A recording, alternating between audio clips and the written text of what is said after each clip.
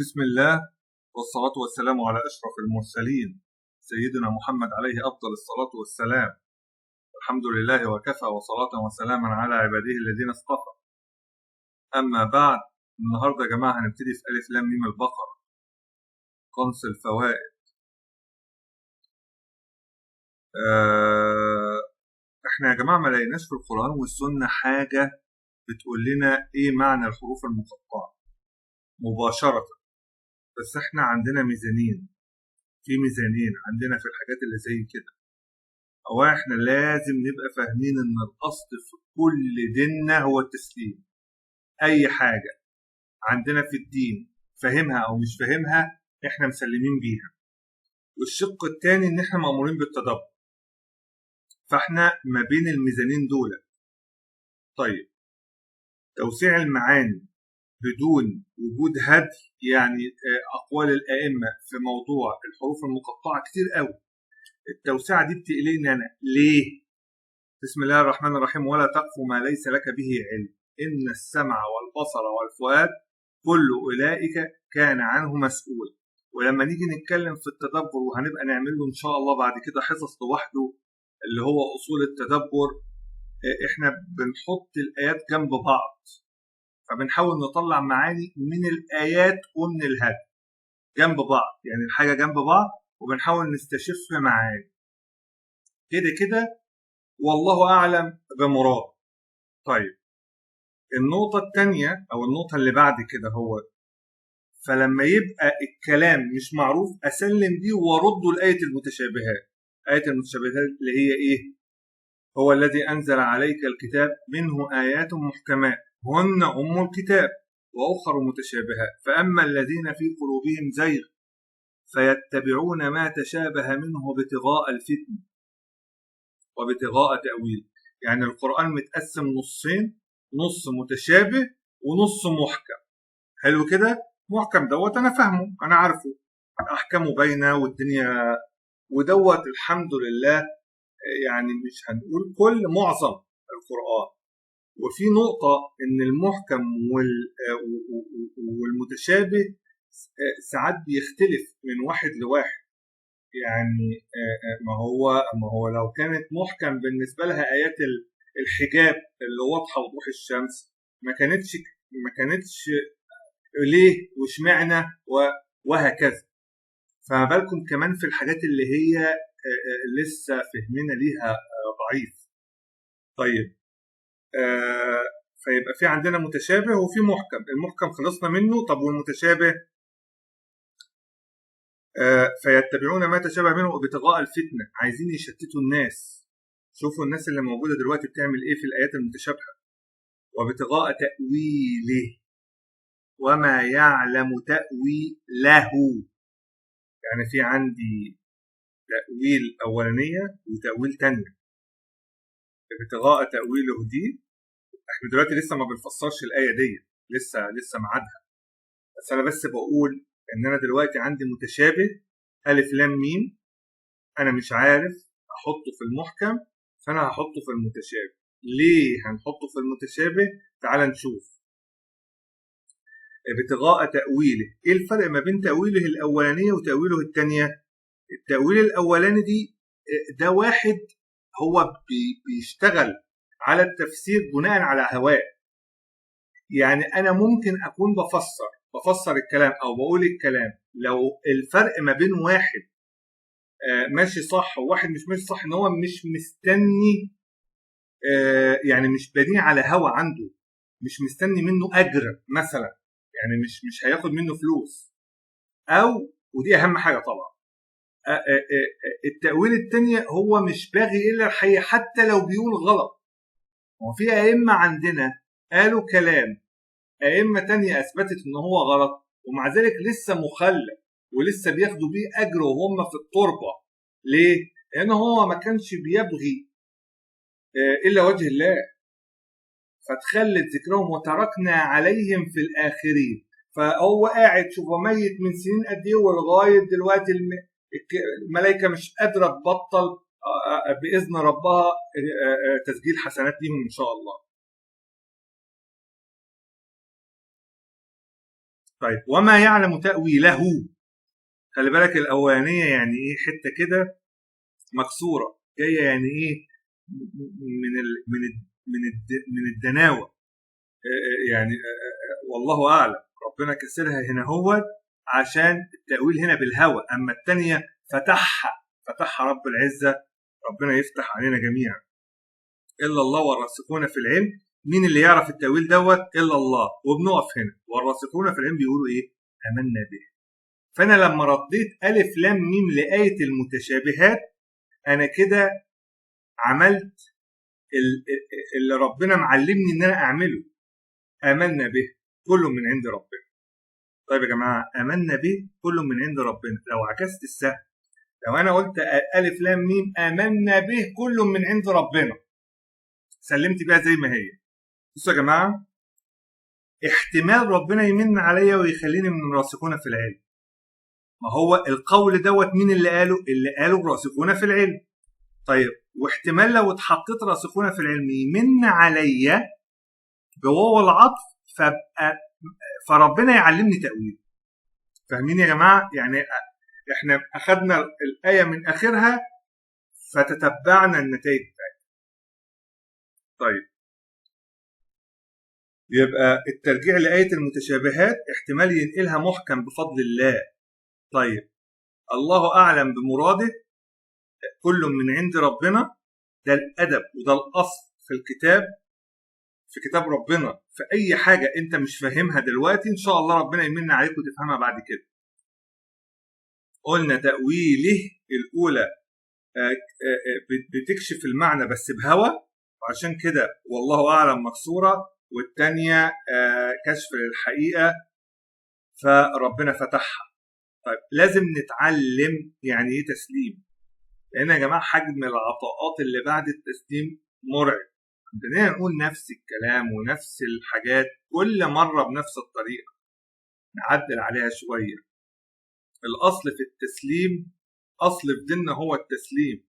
ما تدورش يا جماعه، اذا هو رب العزه فهمنا كان بها، ما فهمناش، هو ده ديننا، هو ده. وأمرنا أن نكون مسلمين بس كده، مسلمين. طيب يعني كحتة صغيرة بس عشان تفهم يعني ايه تسليم. هو رزقه بسيدنا إسماعيل بعد ما كانش بيخلف سيدنا إبراهيم، ولما جه مش أي ده حليم وبيبني معاه الكعبة، وفجأة تجيله رؤية إن هو هيقتله، هيذبحه. انت متخيل حجم المصيبه؟ يعني حجم المصيبه اللي يحصل لي حاجه زي كده وفي الاخر سلم. يا ابني انا شايف ان احنا بنعمل، لازم اذبحك، انا شايف الرؤيه كذا، انت رايك ايه؟ اعمل اللي انت شايفه. قمه التسليم. انا متهيألي ده راس الهرم، يعني راس الهرم في التسليم في البند ده. يروح جاي يروح جاي قايل له افعل ولسه هنيجي نسلم، يروح جاي عامل ايه بقى؟ يروح جاي. فدي ده حاجه لغايه النهارده عمالين يؤجروا عليها. سيدنا ابراهيم عليه السلام وسيدنا اسماعيل عليهما السلام لغايه النهارده عمالين يؤجروا بنفس عشان قوه الفعل. لا وكمان مش كنا هنذبح ونشيل منك ابنك، لا ونديك اسحاق ويعقوب وانبياء وصالحين وحاجه وقصه، بعد ما كانش عنده عيل وهيذبح العيل فجأة، وده كان قمة الابتلاء. فالتسليم بمجرد ما بتسلم حاجات كتيرة قوي بتحصل بعديها. طيب فالفايدة الأساسية اللي أنا عايزك تطلع بيها من الدرس ده اللي هو التسليم. يعني سيبك من الاجتهادات والتدبر احنا أي حاجة مش فاهمينها نوضها لآية المتشابهات عشان برضو أبقى دماغي احنا يعني حتى واحنا بنسلم بنحاول نفهم. طيب والتسليم هنا يا جماعه فتح مرعب، لان انا لما هسلم بألف لام ميم ذلك الكتاب لا ريب فيه، لو انا سلمت بألف لام ميم اصلا الكتاب كله احتمال يتحول لمحكم، لان الاخبار من رب العزه مبني بعد الحروف المقطعة، فتسليمك بدي احتمال ينقلك لمرحلة يخلي الكتاب لا ريب فيه. خلي بالك الإخبار اللي هنا من رب العزة إن ذلك الكتاب لا ريب فيه تحدي وحاجات كتيرة قوي، بس أنا بتكلم أنا كاستفادة بالنسبة لي إن الأولانية لو أنا سلمت فيها لا ريب فيه هيتحول لا ريب فيه، وأنت لو الكتاب اتحول في قلبك للا ريب فيه أنت اتنقلت في حتة تانية. ما أنت لو لا ريب في الآخرة فأنت طول الوقت مستحضر النار والجنة، فأنت طول الوقت بتبذل أقصى مجهود عندك عشان تبعد عن النار وتخش الجنة. ما أنت لو أنت لا ريب فيه فكل الأوامر هتحاول تجيب أحسن درجة فيها، هتحاول تكون من السابقين. أنت بتحاول يعني أنت تسليمك بالأولانية احتمال يدخلك في اللي بعديها. فاهمين يا جماعة؟ طيب هشوف هنا لأن نسبة الشك هتقل فالهدى يزيد والاتقاء يزيد. ذلك الكتاب لا ريب فيه هدى للمتقين. كل حاجة وحشة هتقل وكل حاجة حلوة هتزيد. طيب لكن الله يشهد بما أنزل إليك أنزله بعلم. أنا ليه عمال أبذل مجهود في ألف لام ميم؟ لأن خلي بالك هو ارتضاه لينا إن إحنا نعرف يعني إيه ألف لام ميم، إن في ألف لام ميم، فبنحاول نقعد فيها شوية لأن أكيد ما دام ارتضاه إنه ينزلهن أنزله بعلمه يبقى حجم اللي وراها كبير زي كل الآيات. هي آية لوحدها يعني معجزة. طيب ما ارتضاه لنا فاقبل به، سواء كان هو يعني رب العزة نزل ألف لام ميم، فأنا سواء فهمتها أو ما فهمتهاش أنا لازم أرضى بيها وأسلم بيها وأعرف إن ده علم، ده أصل العلم، ده كل العلم، سواء أنا فاهمه أو مش فاهمه يقينا هو كده. طيب وحجم العلم دوت برضه لازم نبقى فاهمين إن هو بادي من سيد الخلق أعلى درجات الفهم لغاية عندنا عمال ينزل ولسه للي بعدين عمال ينزل وهكذا، إلا أن يشاء الله شيئا، بس الأصل فيها أن قمة العلم. طيب وسبب قوة العلم الرئيسي من عند الصحابة إن هم ما كانوش بياخدوا الكلام ويقعدوا يفتحوا فيه كتب ويلونوا ويعملوا زي ما احنا بنعمل. هو كان بيطبق ألف لام ميم هي ألف لام ميم. ده الرسول صلى الله عليه وسلم طلع الإسراء والمعراج إن كان قالها فهي الحق، هو قال كده يبقى هو ده اللي حصل. انت لسه هتقعد تجادل؟ ده غيروا الإبرة وهم راكعين راح جايين لفين، هو لسه هو قال كده يبقى هي بقت كده، مش لسه. وده قمة العلم، التطبيق العملي. يا خلي بالك احنا مش بنسمع كلام اي حد، احنا بنسمع كلام رب العزة وسيد الخلق، هو اللي قال لنا نسمع الكلام بتاعه. احنا بنسمع كلام اللي معاهم الكتالوج بتاع الكون من اوله لاخره. فانت كل ما بتطوع نفسك في انك تسمع الكلام، وحتى لما بتسمعش الكلام تقول واسمعنا وانظرنا، يعني احنا مسلمين، احنا موافقين، بس مش عارف اعملها دلوقتي، فربنا يفتح عليك بعدين ان شاء الله. اما لا او هستنى اشوف وهعمل ومش هنوصل لحاجه.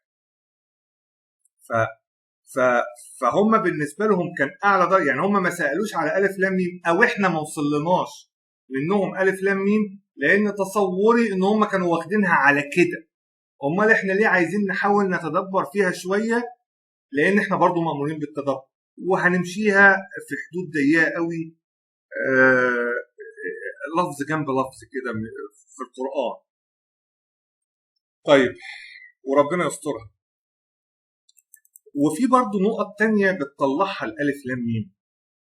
بصوا يا جماعة، ألف لام ميم العيل الصغير لما تيجي تقول له علمه ماما وبابا، فتيجي تقول له قول ماما شوية كده وهيقول ماما، بس لما تيجي تقول له استهج ماما، هو امي، الطفل امي، هتقول له استهج ماما ما يعرفش، هو يقول ماما بس ما يعرفش يقول ميم الف، ما يعرفش يعمل الكلام ده.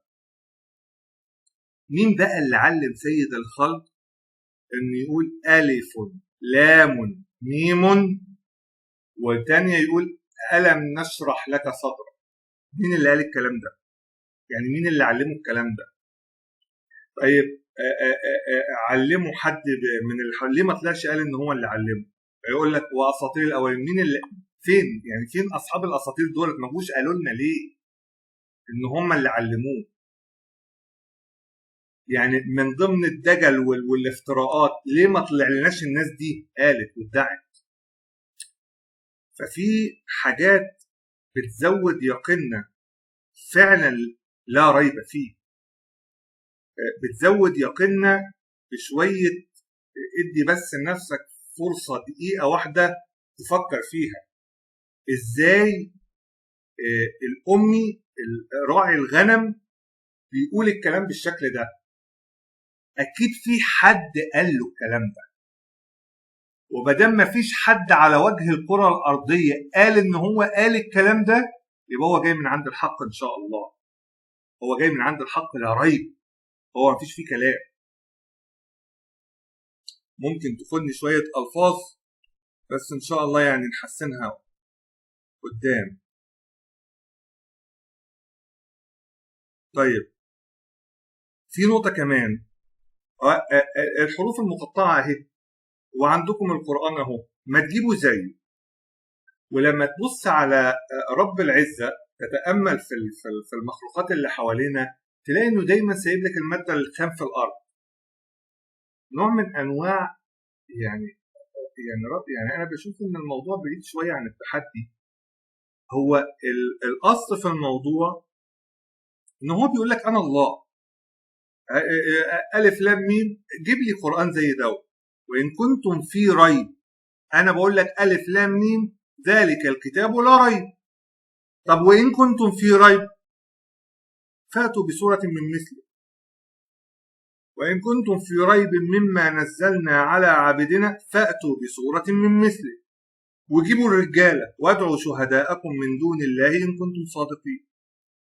طيب هو الذي خلقكم من تراب، انت هو مخلوقين اهو، انت اهو، انت مخلوق اهو، انت جاي من تراب ومن نطفة.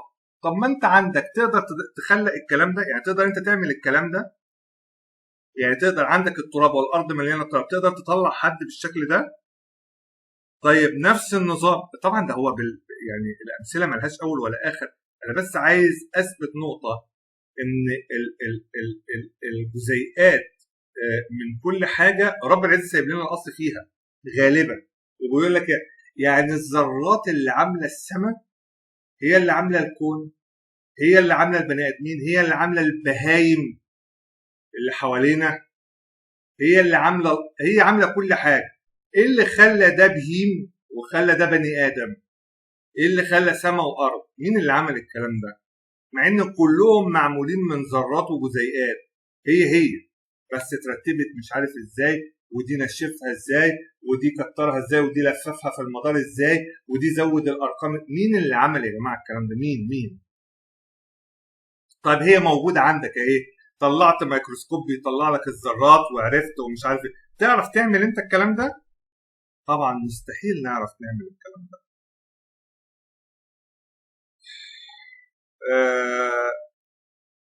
نسقيكم مما في بطونه من بين فرث ودم لبنا. تقدر ما بين فرث ودم، عندك الفرث وعندك الدم، تقدر تطلع لبن. يعني ايه اسود وابيض واحمر يطلع ابيض ازاي؟ فالماده الخام موجوده عندك. فالف لام ميم برضو هي شد انتباه. يعني ايه شد انتباه؟ يعني انا كمؤمن، انا كمسلم، لما يجي لي يقول لي الف لام ميم، ايوه انا لازم، يعني اي بني ادم طبيعي لازم هيقف. يعني ايه اللي بيقول؟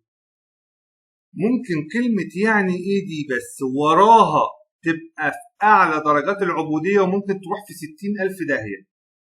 كل من عند ربنا آمنا به، تعليك علو ما يعلم به إلا ربك، وبرضه هيطلع لك معاني وهيرضيك وهيوصلك. ذلك الكتاب لا ريب فيه.